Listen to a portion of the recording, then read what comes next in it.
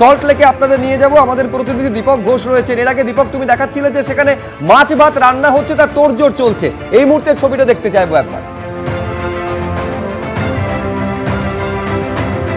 দেখো, এই মুহূর্তে বাঁধনহারা উল্লাস তো আছে, কিন্তু নেতৃত্ব এই মুহূর্তে ব্যস্ত আগামী পদক্ষেপ নিয়ে।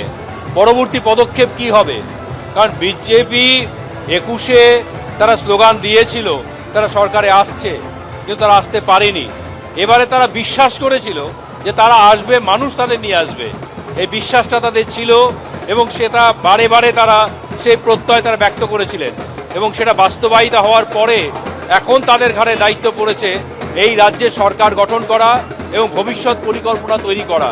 এবং যেটা জানা যাচ্ছে আগামীকাল অমিত শাহ কিংবা রাজনাথ সিং দুজনের একজন উপস্থিত থাকবেন।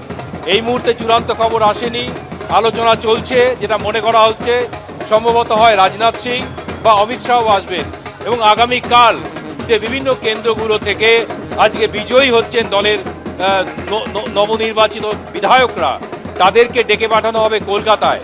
কারণ পরিষদীয় দলের বৈঠক হবে সল্ট নিউ টাউনে, পরিষদীয় দলের বৈঠক হবে নিউ টাউনের একটি হোটেলে এবং সেখানে উপস্থিত থাকবেন হয় অমিত শাহ বা রাজনাথ সিং দুজনের একজন।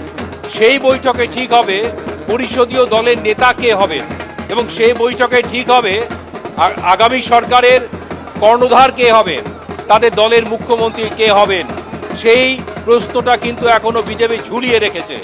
যেটা মনে করা হচ্ছিল যে বিজেপি ভোটের আগে সম্ভবত ঘোষণা করে দেবে, গত বিধানসভা ভোটের আগে তারা ঘোষণা করেনি, এবারও তারা ঘোষণা করেনি যে তাদের পরবর্তী মুখ্যমন্ত্রী কে হবে। ফলে জল্পনা এখনো রয়েই গেছে যে তাদের মুখ্যমন্ত্রী কে হবে। সেই প্রশ্নের সমাধান করতে হবে। আরও একটা বিষয়, আগামী 9 তারিখ পর্যন্ত এই বিধানসভার মেয়াদ রয়েছে, ফলে তারা দীর্ঘায়িত করতে পারবেন না এই বিষয়টাকে।